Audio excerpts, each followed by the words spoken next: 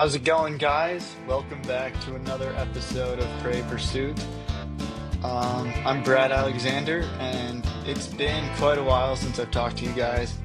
We are well into the archery season here in Montana, and yeah, today's episode, I just want to kind of review what has all gone down in my season so far and talk about what to expect in the future.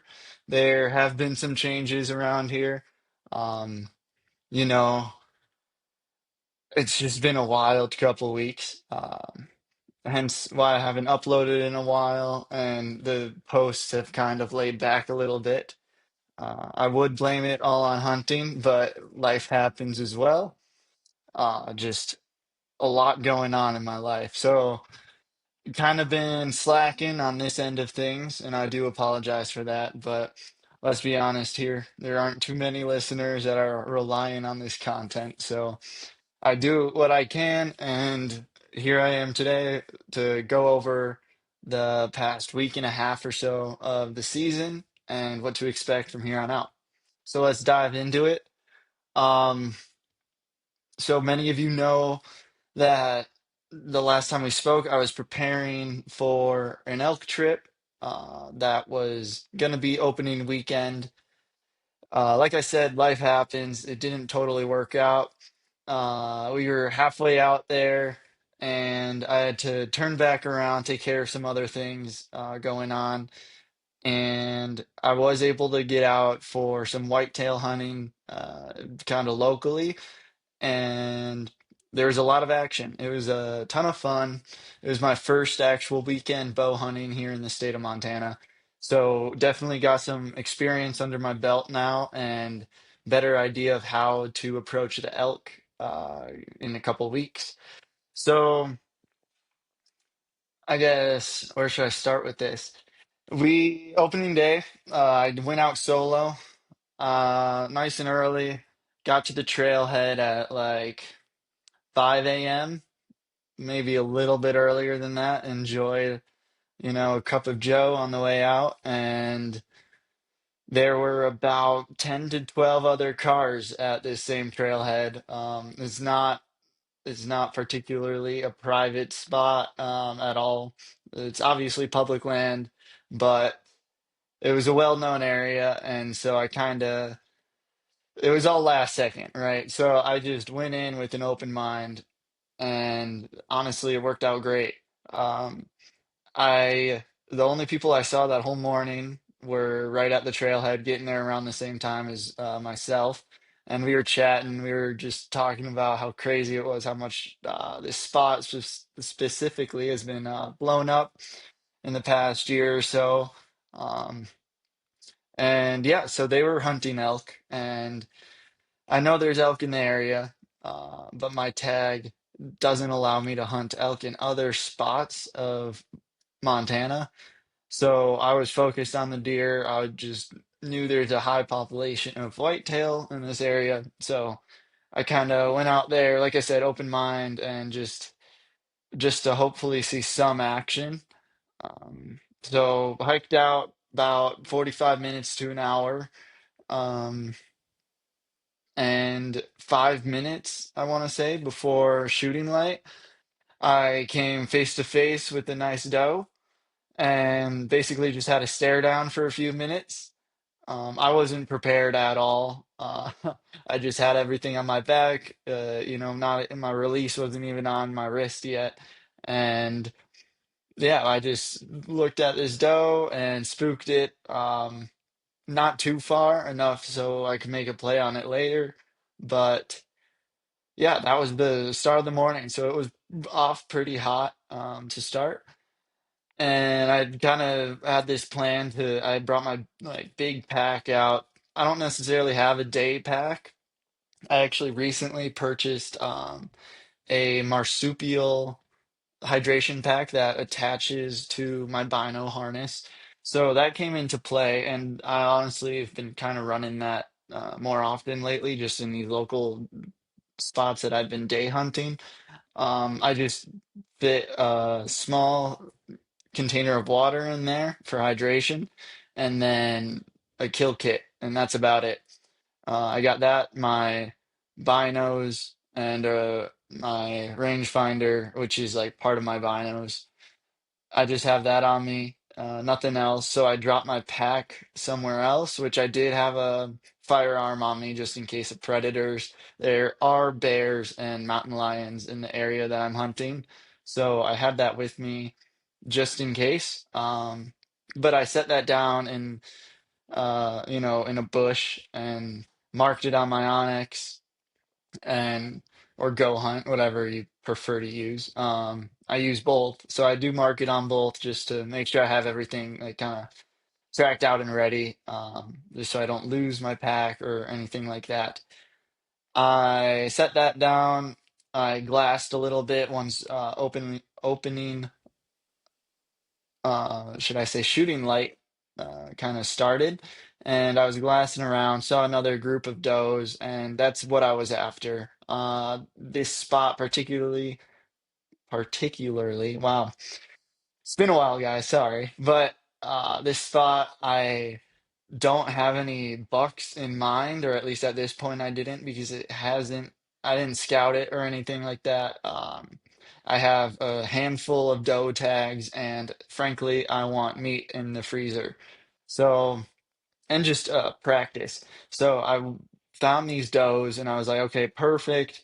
I'm just gonna try to make a play on them, and yeah, I'm just gonna start with it looks a whole lot easier when other people talk about it or the YouTube videos that, you watch online. It's like, okay, so you find the deer, you make a game plan, you stalk them, you use the wind in your favor, all of that jazz.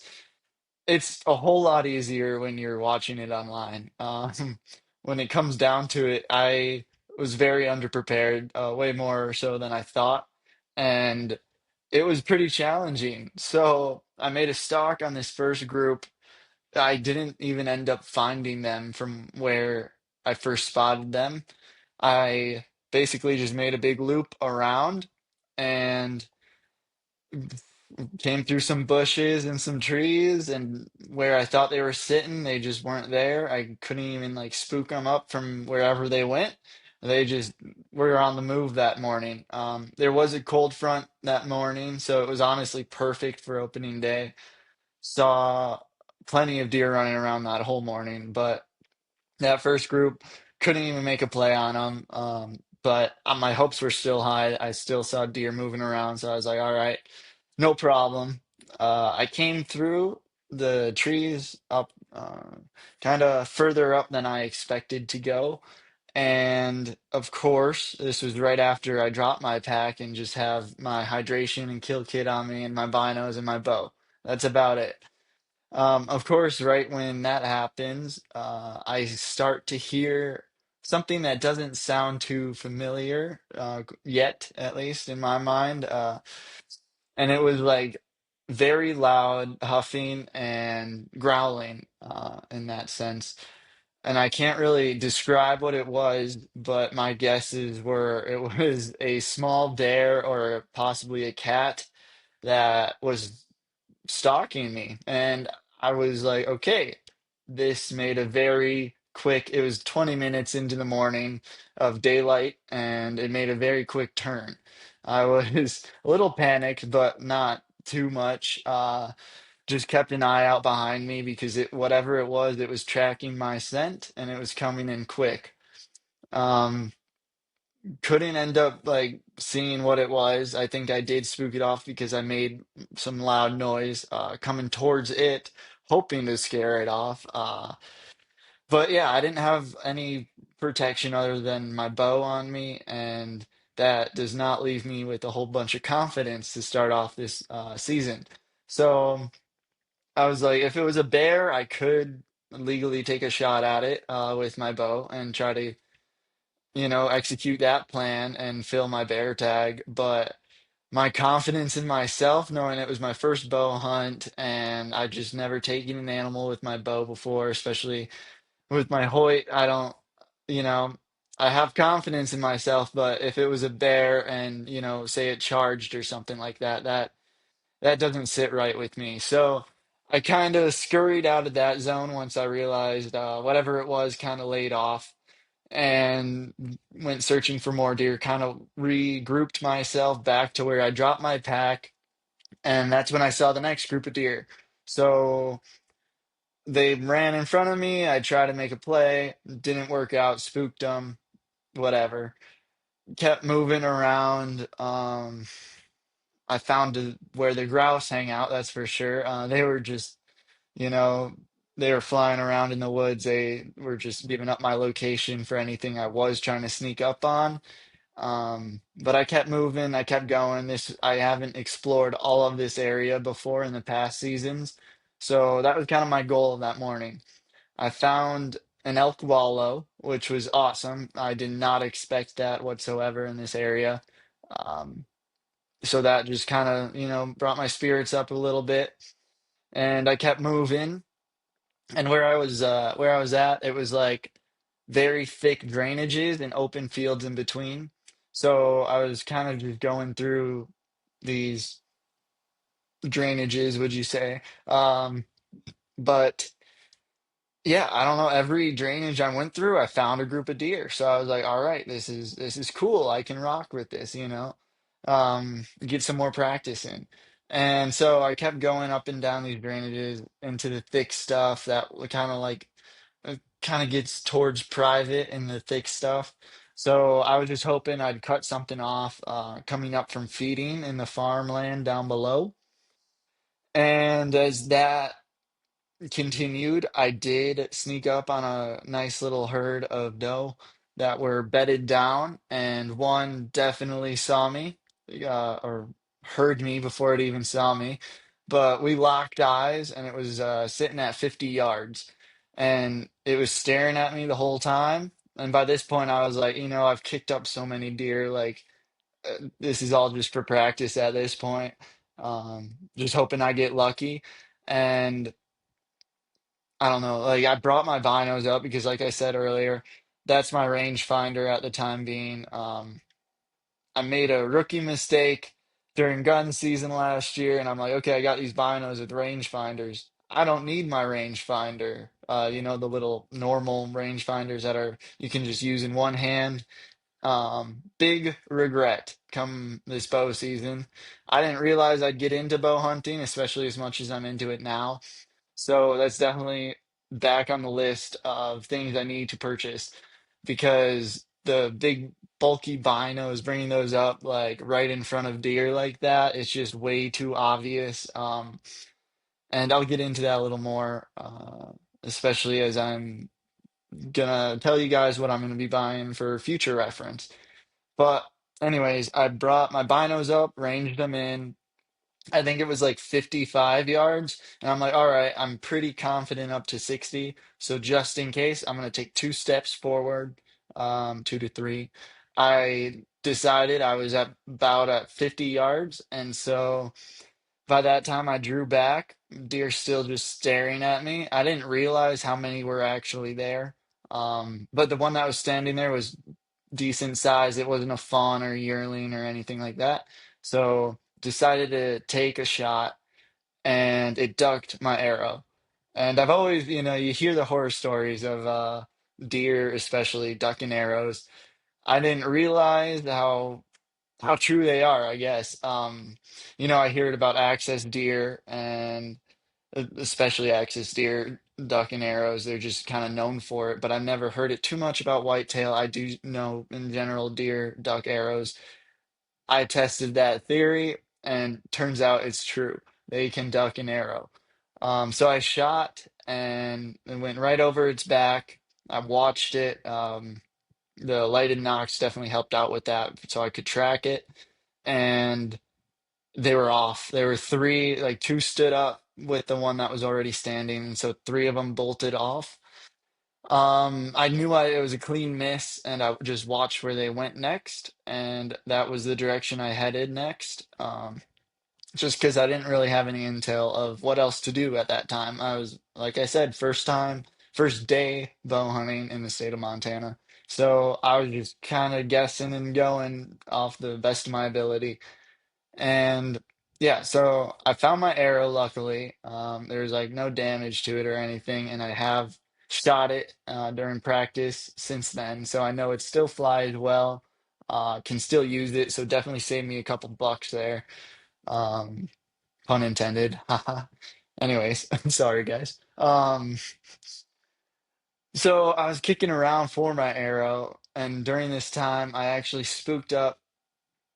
I want to say like 30 yards away, there was another four deer bedded down. One was a small button buck, and so a little spike, and it was definitely a yearling, so it wouldn't be anything I'd consider. But there were three does with it.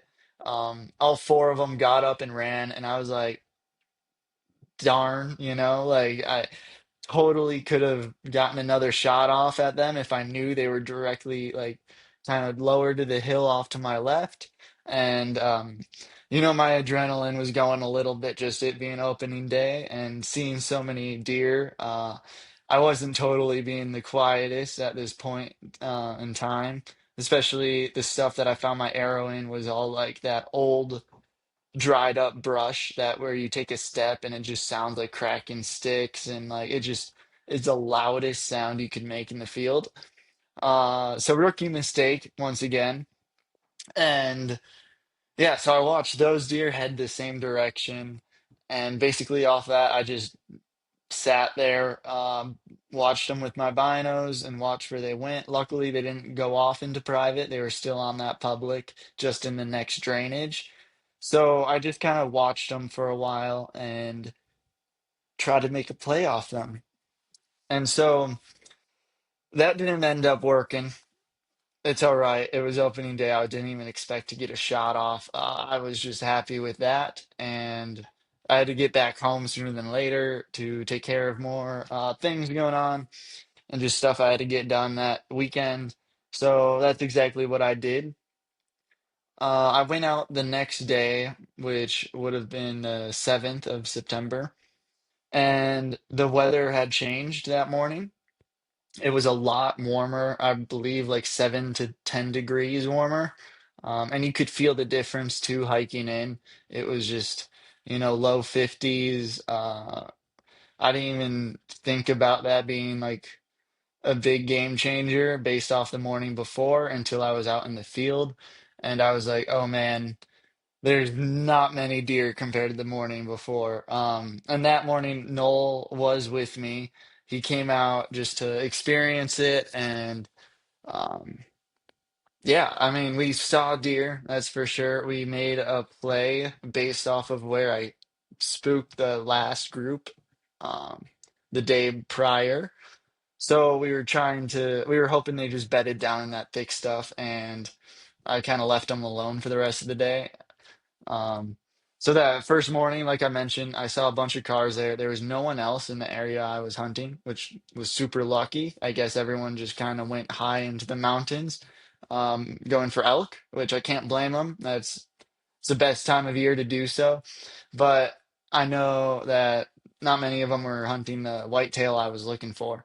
So I just kept up with that same plan the next day. And Noel and I spotted them, realized we couldn't exactly make a play. They were pretty skittish. Um, some of them did have fawns, some of the does had fawns. So they were extra skittish too. It's like almost like they told each other it's hunting season now or something. And or I don't know, the wind wasn't any different, and the thermals, we played them right. So it wasn't really us giving away our location or anything more than what I did the day before. So they just kind of knew that we were probably there still, and we didn't even attempt to go get them. We just watched where they went, and they kind of went up high and around us to a point where we just didn't feel the need of chasing them and spooking them even more. So we kind of just played the same game I played the day prior and went drainage to drainage, just trying to walk up and down them, sneak up on something, maybe jump something right in front of us. Um, it wasn't, like I said, it wasn't as good as that first day, and I have a feeling that had something to do with that cold front we had the first day versus the second day. It was a lot warmer. So. we just kept walking and walking. And we were at the point where it's just like, okay, maybe this just isn't our morning. Maybe there's some other spots nearby that we want to check out. Let's kind of wrap up and slowly head back to the trailhead so we could try out those other spots before it became too warm and too late into the morning.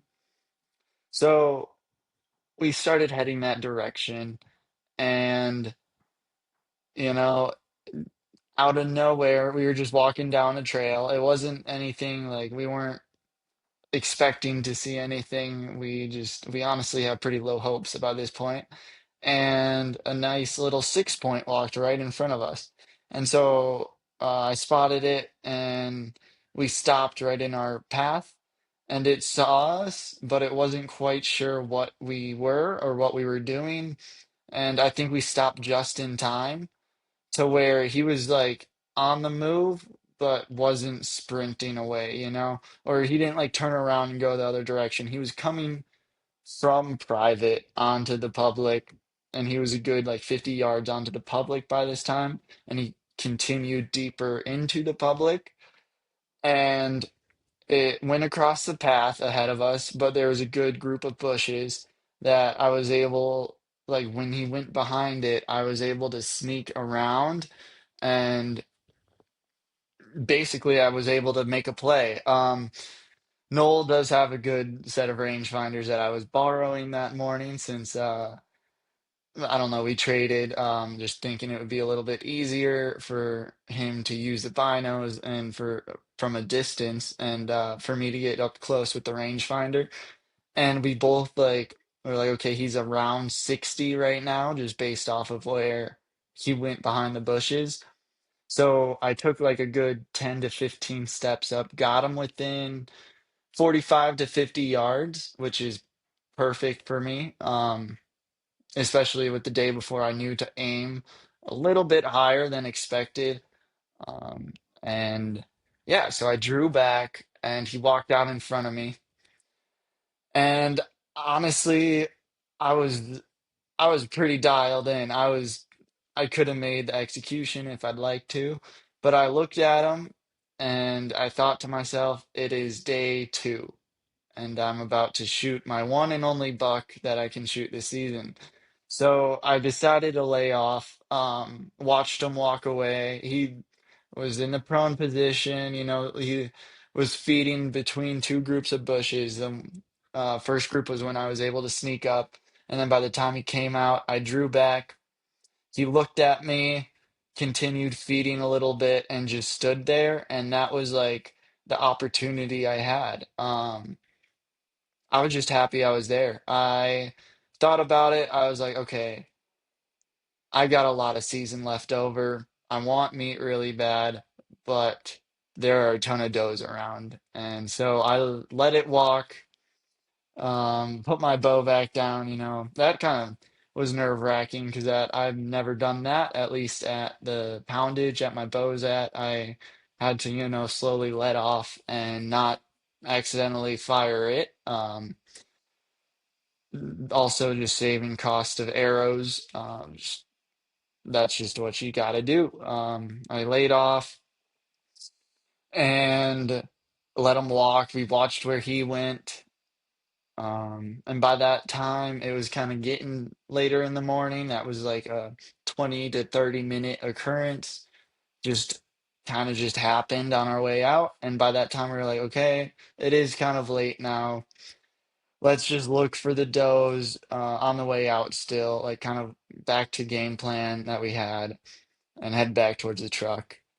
Um, and so, yeah, that was opening weekend for myself. Lots of action, definitely had opportunity, didn't execute, but that's all right. I was just happy that something worked out, especially after not being able to make it out to our first spot for elk that we originally planned for. But it was a good couple mornings, and I was able to get out after work for a couple evening hunts in the same location. Turns out this is not the spot for an evening hunt. So we just, I don't know, got out one night during the weekday and just decided not to try that again. I did make a game plan for this past weekend though, for Saturday morning, and which was yesterday, but by the time you guys hear this, it was a couple days ago. Um, yeah, I made a plan and I was pretty like, okay, this will work. Um, but yeah, what was it? Friday night, we decided after work, just to go out at nighttime to a new spot or a couple new spots and check them out. They're very close to each other, so we were just kind of bouncing around looking to see where the deer were bedded, either on private nearby or on the public. And we were getting skunked left and right. It was warm this day. It was just not a good feeling, but we came across this new spot that a buddy recommended, and he kind of pointed us in the right direction. And we ended up finding a tree stand that we sat in. Um, and yeah, there was nothing, but it was a very, very good spot. I'm definitely going to head back there. I think it was just high pressure because it was a weekend by this time on a Friday night, and there were a ton of dog walkers and dogs that, we just knew it was like not the right night. But on a weekday, we would definitely head back there and try again. Um, that's the best part about public land. If people have a tree stand up and you find it, it's kind of fair game. Like obviously don't tamper with it, because you wouldn't want someone to do that to your property.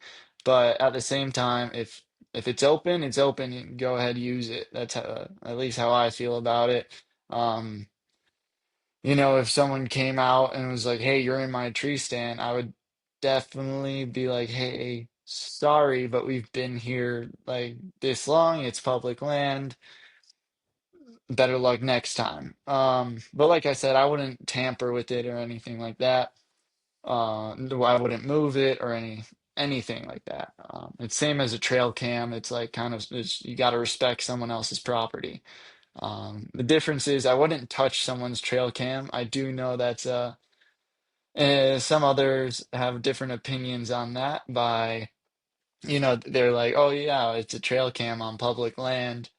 If there's an SD card, it's a public SD card. You can check it out. Maybe don't steal it because that is stealing someone else's property, but you could check it out and see what's on it. To each their own, that's all I gotta say, but I'm not one to do that. If I see a trail cam, turn my head and keep walking, maybe give it a wave, but I'm not gonna be touching other people's property in that sense. But a tree stand's a whole different game. I will sit in a tree stand when I find one, especially if it looks like it has good potential, which in this area it definitely did. We did hear either a couple bird hunters or someone with a slug shooting, just I wouldn't say that far, a couple hundred yards away, and that was right within, the prime time last 15 to 20, 30 minutes even of night. Right, like right when the sun goes down, and then you got that last 30 minutes to stay out there. It was between then, and I was like, okay, that could be a telltale of what's going on around here, but also I just don't think it was the night. It was warm. There was a lot of dog walkers, as I mentioned. Um, yeah, so that was Friday night. So Saturday morning, I went back out to this spot I started at opening day, and I had a whole new game plan to sit on the fence line of private and public. Um, It was a good idea. I'll say that. I'll start with that. It was a great idea. That day, Noel and I were out the first weekend. We saw them like where their pinch point was, and I decided to sit right near that pinch point. And the first, 15 minutes of even 30 minutes right before sunrise, there wasn't much action. It was pretty chilly though. There was like cooler weather like that opening day was. So I had high hopes. and I sat basically in a bush right on the property line. Um, and this was a gentleman I spoke to. He knew I was hunting there. I did ask for permission earlier in the year, and he respectfully said no, but he gave me some tips of where they like to cross. So I took that and ran with it. And he was not wrong. I'll give him that. He knew exactly where the deer went through. And unfortunately, I just picked I don't even want to say I picked the wrong spot because basically what happened was I was in a bush on this property line and literally butted up against the fence. There was a doe and it had a fawn, and it was about 20 yards away, 30 minutes after opening light or shooting light. And so it was right about sunrise time. It was cloudy, so couldn't really tell what time it was without like hopping on my phone or looking at my watch. But it was definitely like, okay, this is gonna happen. The doe was feeding through his backyard. No idea I was there. I honestly, it spooked me. I didn't know it was there because just I kind of had my head down and was trying to stay warm with my lighter clothing on. But I looked up and he was about 20 yards away. And the reason I knew this was because I find pinpoints based off of where I'm like, if I'm sitting somewhere and I think something's going to walk by in a certain direction, I will find certain objects, I guess, like a fence post or a tree or a group of bushes, and I'll use my rangefinder to sight that in and see the range and use my best, excuse me, use my best instincts to make a decision of what, like, how far the shot is. The thing is, though, within that 30 minutes to 45 minutes that I was sitting there, I totally blanked on how far certain shots were. And so I was like, oh crap, I don't know if he's at my 20-yard pin that I put in my head or the 35. And I was like, that's a big difference. I'm going to double check. This is where I really, pinch myself for not having normal rangefinders. Um, I brought my binos up and I was able to get them up for some reason. I don't know what was going on.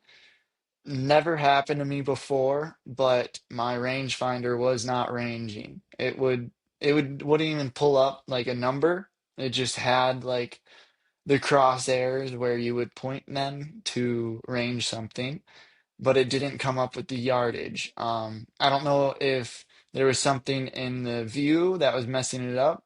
I did have a face cover on, so I didn't know if there was like from my heavy breathing or like warm breathing and with the cool air, if it was fogging up a little bit. I don't know if that made a difference. Or I realized later on that even my release sticking off my wrist could have been pointed up right in front of the sensor. Um, so all learning things, I guess. But I was trying to range it and it just wouldn't come up. And so I was like, all right, I'm gonna say with an educated guess, he's at 20 to 25 yards, or she. So I just kind of sat with that. And as I brought my binos down, that's when she looked at me. And I was like, oh crap, I'm gonna get busted. She did the average, the little stomps and snorts. And the snorts went on for a good 25 minutes solid. She didn't move a muscle, but also she was still on private land, so I couldn't move a muscle either. And the longer she snorted, the more adrenaline went through me, and I just was uncontrollably shaking by this time, which was like, I'm not used to that with does. I've had plenty of does walk in front of me within like 5 yards before, and I've been fine. But we had a stare off, and I'm like, trying to make the most microscopic moves ever to just put my binos in my harness, and like my bow was up vertically, but I still had to draw back and everything. Um, and her fawn was, didn't even notice, didn't give a care in the world, was running around, having just playing with herself or himself. But she was just locked on me and snorting. I've never seen a deer be so suspicious without just bolting away. She literally sat there for 25 to 30 minutes staring at me, snorting. And so I like by the time yeah, I was shaking more and more, but I knew it wasn't like enough for her to be too startled. Um, so I thought like as time went on, I'm like maybe there's a chance she'll lay off. But nope, there was more stomping and more snorting, and she just took off and deeper into the private. And I was pretty bummed out. I thought that would have been my chance because I saw her and her fawn jump that fence earlier in the season. So I was like, okay, this spot I'm busted. Like, there's no way another deer will come by because I was like, that was so loud, She was letting the whole neighborhood know I was there. Um, so by that time, I was like pretty in a negative mindset. I just sat there, like trying to figure out what my next game plan was, since that was basically all I had for that spot. And as I was sitting there, again, not really paying attention, at least not the direction I should have. I was facing left of me where the doe was, and I was just at this point, I'm like, okay, maybe I'll just head out. And I had my big pack with me, but it was to the right of me. And I look to my right, and all of a sudden there is a buck coming right at me through the private land. And, my jaw just dropped. Not because I was surprised a deer was coming through, but because it was probably one of the biggest whitetail bucks I've seen in the state of Montana. And that's saying a lot coming from like, I'm from Wisconsin. I grew up whitetail hunting. My dad has smoked some monsters. I personally haven't smoked anything too big, but I looked at this deer and I'm like, holy crud, I didn't even know these genetics were out here. It was the trophy buck of all time, at least in my books. And I just didn't like that adrenaline came right back and I started shaking like a little baby. But I don't know. I sat there, I did everything right, basically. I took all of the information I learned over the past couple days and put it into play the best of my ability. What ended up happening was it was probably took 5 minutes from the time I saw him to the time he was at the fence line and ready to jump. Only thing was, he walked directly at me. I don't know how he didn't smell me. The wind was not in my favor by this time because I was set up for him to come to the left of me, and he was coming to the right, which is like the wind was blowing down. So my wind was going directly at him. For some reason, he couldn't. I don't know if I just got super lucky or what. But I also just got as unlucky in that situation where he walked directly to me. And since I was on the fence line, it came to the point where if he jumped, it was either going to be right over me or right on top of me. And I didn't know what to do. I couldn't move. I couldn't. It's like there's only so much you can do. And it got to the point where if I stuck my bow out with my arrow um on my rest, the arrow would have poked him in the face. And so I'm like less than 5 yards. I was looking at him like, holy crap. Like, is this about to happen? Is he gonna land on top of me? Like, and I was, full camo in the bush, but I didn't think I was that hidden. I think it was just a dumb moment on him, knowing that it's early season, and maybe he wasn't aware that there are people out and in this area, and if he's felt safe for the past how many months, um, And coming off a private, like he just felt so safe that he just didn't second guess it. He walked so close to me, and I wish I had my GoPro rolling this morning. I did have it on me. I just didn't press record, basically. And of course, I didn't press record. It was in my pack, even. It wasn't even like on my body. I was just trying to get some meat in the freezer, get the job done. And I didn't think to see any bucks at all, let alone the biggest buck of my hunting career, like opportunity wise. And I don't I don't even know what I could have done different other than just know I shouldn't have sat on the fence line, which like that was my whole plan. I didn't think that was a bad plan whatsoever. The bush seemed big enough to where they wouldn't want to jump right there. Like either it would be to my left or to my right, whether that was 5 yards away or not, but he came directly to me. And I was dumbfounded. I didn't know what to do. I just stood there, or not stood, but I knelt and I was like kind of in a ball because I just didn't move. And it just came directly to me. And that was one of the coolest experiences of my entire life hunting. I don't think they'll ever leave my mind how big that thing was.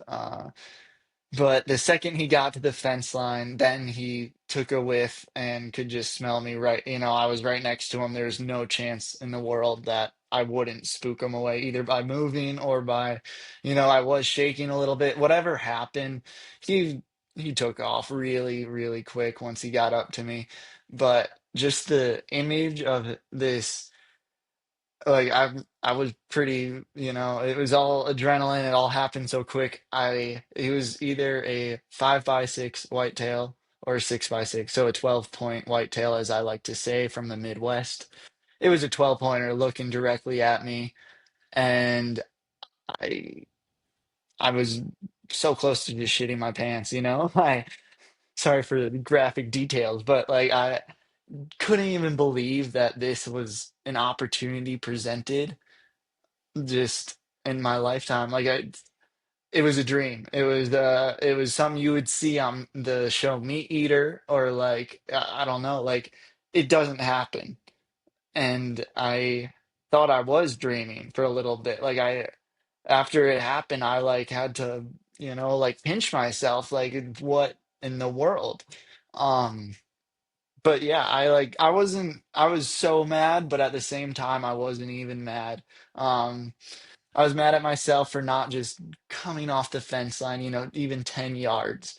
Because there was on the fence line, there's like a little path that was there from all the game that runs up and down there. There's roaming cattle. So that path is just widened by that cattle that come through. And, there are residents there. They probably cut through their backyard and walk dogs or whatever the hell. But if I came off that path 10, 15, 20, hell, even 40 yards, I could have made an execution shot of the best buck of my life. And I just apologize to you guys. I want to show you guys content, and I just completely dropped the ball that morning. Um, but hey, that's why I wanted to come on here, record a quick episode of just explaining what's been going on. Why haven't you seen me elk hunting or talking about elk hunting? And just where my priorities have been at lately. It's just been a busy time of year, and there's more important things than just hunting. So I hope you guys can understand that this is where I'm at right now. I do have an elk trip coming up in just over a week. So stay tuned for that. I'll be trying to live stream as much as I can. In this area that I am elk hunting, I won't have service. So I'll just be stacking content for you guys, hopefully. And maybe get a film out, my first film. I do realize I can't record everything off the GoPro. I learned that when that 6 point walks by. Noel had a GoPro rolling behind me, but it's such low quality that I you can barely see me draw the bow back, and the deer is just like a couple pixels. so you can't like you couldn't tell what was going on. So I'm trying to find a better solution on how to film for you guys.